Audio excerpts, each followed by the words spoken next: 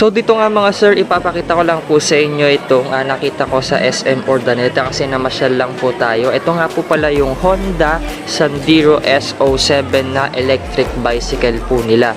At ang pagandaan nga po dito ay naka-disc brake na rin po siya sa harapan. And then meron po siyang Bosch Efficient Stable Motor. Tapos meron din po siyang mga LED dito sa gilid, and then may side stand na rin po siya dito. At ito naman po yung apakan para sa angkasan natin. At naka dual shock absorber na rin po siya na Sichuan shock absorber. So talagang napakaganda po niyan. At komportable po kayo kapag ka nagra-ride. And then ganito po kalakas yung ilaw niya kapag ka nagpepreno po tayo sa harap at dito sa may likod. And then ito po yung itsura ng panel gauge niya, para po siyang mini na tablet. At pure LED na rin po lahat yan mga sir. Ayan, napakalakas po ng ilaw niyan mga sir. Tapos ito po yung mga buttons niya. Ayan, parang sa mga bike din at saka sa mga motor.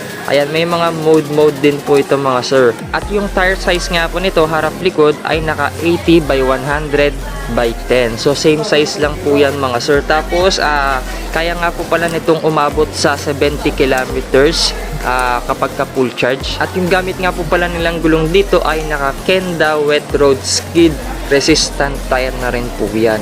Ayan, ganito naman po kalakas yung ilaw niya sa harap mga sir. So meron din pong switch dyan, tapos may busina na rin, and then yung signal light mga sir. Ayan, napakaganda at talagang sulit na sulit yung pera nyo rito dahil gawang Honda po yan.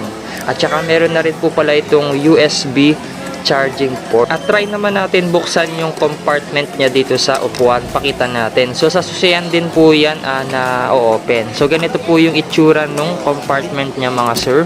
Ayan, nandyan po yung battery niya. Tapos pwede rin po dun sa may harapan mga sir. At itong e-bike na to mga sir ay napakagaan. Talagang swabing patakboy nito mga sir.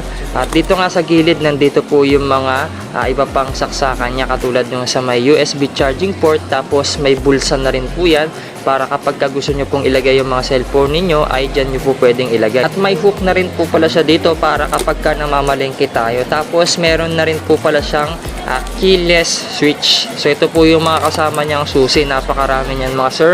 May anti-theft lock na rin po siya dito para hindi po madaling manakaw yan mga sir. Talagang gawang Honda po yan. Tapos ganito naman po yung itsura niya kapag ka nakasakay na tayo mga sir.